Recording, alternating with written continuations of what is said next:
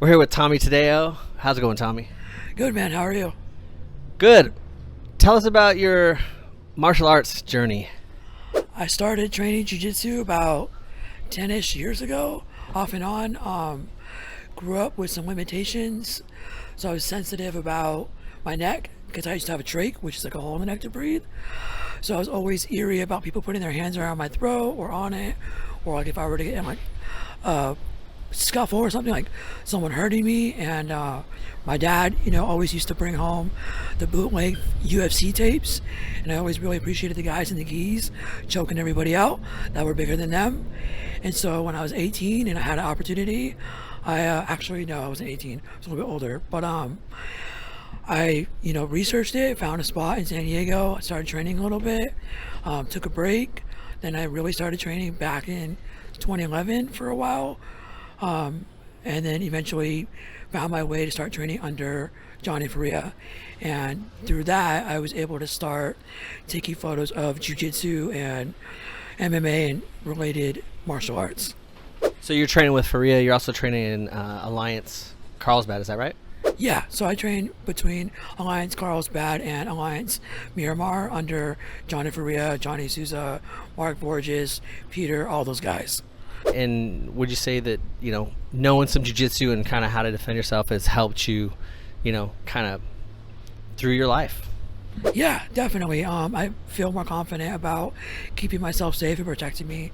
I didn't start training to become like the next world champion or anything. It was just more of a self-defense, and jiu-jitsu, I think, is the best form of self-defense, to just create that space and get away and keep yourself safe. And I just, I enjoy it because it's fun. It's, a good form of exercise for me with some of my other limitations where I can't do sports that are high impact, and you meet the best people through jiu-jitsu. So I think that's a huge reason why I'm still involved, whether I'm training or just doing photos.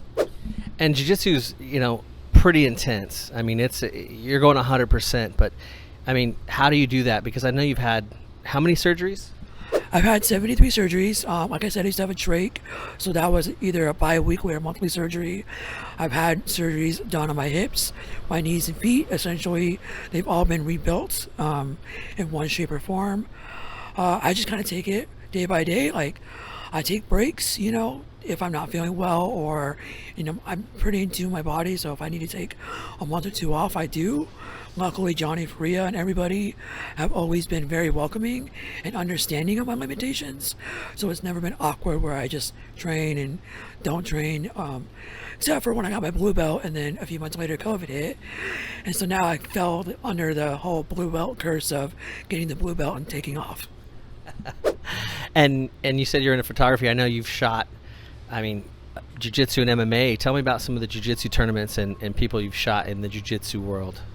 I've shot a ton of seminars through Alliance. I've shot, Johnny Faria teaching, Marcelo Garcia, Lucas Lepre, different people there. I've shot Five Grappling a few times for when they've held them in San Diego. I've shot various IBJJF tournaments, and and I shot the Royal Invitational at Studio 540 a few years ago, which was pretty neat. That was probably one of my favorite tournaments to shoot. Yeah, we know you're like the go-to guy in Southern California for jiu-jitsu and MMA. In fact, you were just at the UFC last weekend for the championship fights in Arizona, right? Right. So I just got back from Phoenix. I was in Phoenix for UFC 263. First UFC that I was able to shoot. A lot of fun, a lot of good fights. I think, for my first UFC, shooting people like Nate Diaz, Brandon Moreno, Marvin Vittori, everybody, it's just been really cool. Really good experience. That whole MMA world everyone's really nice.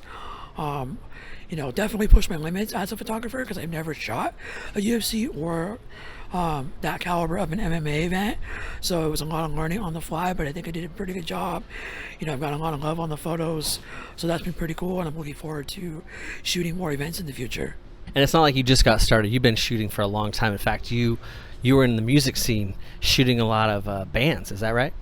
Right. So before jiu-jitsu and stuff, I spent a lot of time at concerts, down at Soma or up at the Glass House and Chain Reaction up in Riverside and Orange County, sneaking backstage at Warped Tour and various concerts, I kind of, needed a reason to be backstage. So I bought a camera and then started using it. And that was, kind of one thing led to another, which is pretty cool.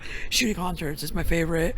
I wish I could do it more. It's just a really hard field to get into and, make a living off of. But any chance I get to shoot a concert, I'm always more than happy. And who are some of the people I saw you with? Kat Von D and Katy Perry. Who are some of the bands that you like to shoot? Did not take photos of Kat Von D or Katy Perry, but You're just hanging out with them on the couch. just hanging out with them at Warped Tour. Warped Tour is a really chill environment. Anyone that watches this knows what it's like to hang out at Warped Tour and meet a ton of cool people. Band wise, I mean, I've shot Miss May I, The Devil Wears Prada, August Burns Red. Trying to think, I've shot a ton of bands, a lot of Warped Tour bands, a lot of metal bands, a lot of local bands, Issues, Woe Is Me, Bring Me the Horizon, We Came as Romans, a lot of the metalcore bands that were really popular in like the early to mid to 2010s. Wow, I feel old saying that. As someone with some physical limitations, like you said, what do you tell to somebody who might be a little intimidated to start martial arts and what it can do for them? You should just try it. You don't know if you don't try it. I mean, jiu-jitsu might not be for you, but boxing, Muay Thai, karate, taekwondo, whatever, it really pushes you outside of your comfort zone. You really learn a lot about your limits.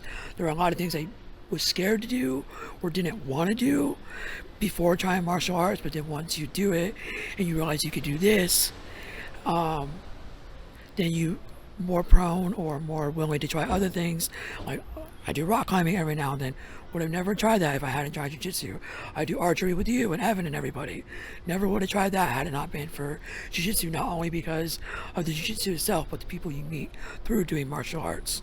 We're sitting here at the French Bakery in Carlsbad, California. Where can we find you? Right now, Instagram.com/Tommy Tadeo, TOMMYTADO. Tommy Gunz, thanks for having us. Thank you.